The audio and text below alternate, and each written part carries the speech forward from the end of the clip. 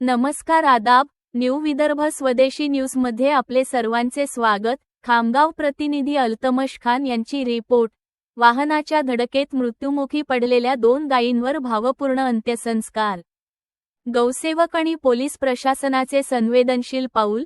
खामगाव तालुक्यात मंगळवार दिनांक 19 मे 2026 रोजी अत्यंत दुर्दैवी घटना घडली। खामगाव नांदुरा मार्गावरील पारखेड फाटा परिसरात जिओ पेट्रोल पंपाजवळ अज्ञात वाहनाच्या जोरदार धडकेत 2 गायींचा जागीच मृत्यू झाला। या घटनेमुळे परिसरात हळहळ व्यक्त करण्यात आली। मिळालेल्या माहितीनुसार पारखेड फाटा येथील रस्त्यावर सुमारे 7.5 किलोमीटर अंतरावर अज्ञात वाहनाने भरधाव वेगात येत 2 गायींना जबर धडक दिली। धडक इतकी भीषण होती की दोन्ही गायींच्या डोक्याला गंभीर दुखापत झाली आणि त्यांचा घटनास्थळीच मृत्यू झाला।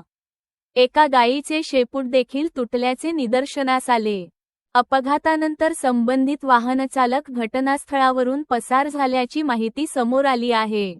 घटनेची माहिती मिळताच एकनिष्ठा गौसेवा रक्तसेवा फाउंडेशनचे गौसेवक सूरजभैया यादव तात्काळ घटनास्थळी दाखल झाले। परिस्थितीचे गांभीर्य ओळखून त्यांनी ग्रामीण पोलीस स्टेशनचे ठाणेदार किशोर तावडे यांना फोनद्वारे माहिती दिली। माहिती मिळताच पोलीस प्रशासनाने तत्काळ प्रतिसाद देत पोलीस कॉन्स्टेबल किरण मोरे आणि कैलास हटकर यांना घटनास्थळी पाठविले। घटनास्थळी पोलीस आणि गौसेवकांनी मिळून दोन्ही गायींच्या मालकाचा शोध घेण्याचा प्रयत्न केला। परिसरात चौकशी करण्यात आली, मात्र संबंधित गौपालकाचा शोध लागू शकला नाही। त्यानंतर उन्हाच्या तीव्रतेची पर्वा न करता गौसेवकांनी सामाजिक जबाबदारी पार पाडत दोन्ही मृत गायींवर अंत्यसंस्कार करण्याचा निर्णय घेतला। जेसीबी क्रमांक MH28D8512 च्या सहाय्याने रस्त्याच्या कडेला मोठा खड्डा तयार करण्यात आला। दुपारी सुमारे 2 वाजण्याच्या सुमारास धार्मिक विधी पूजा करून दोन्ही गायींना जमिनीत पुरण्यात आले व भावपूर्ण श्रद्धांजली अर्पण करण्यात आली।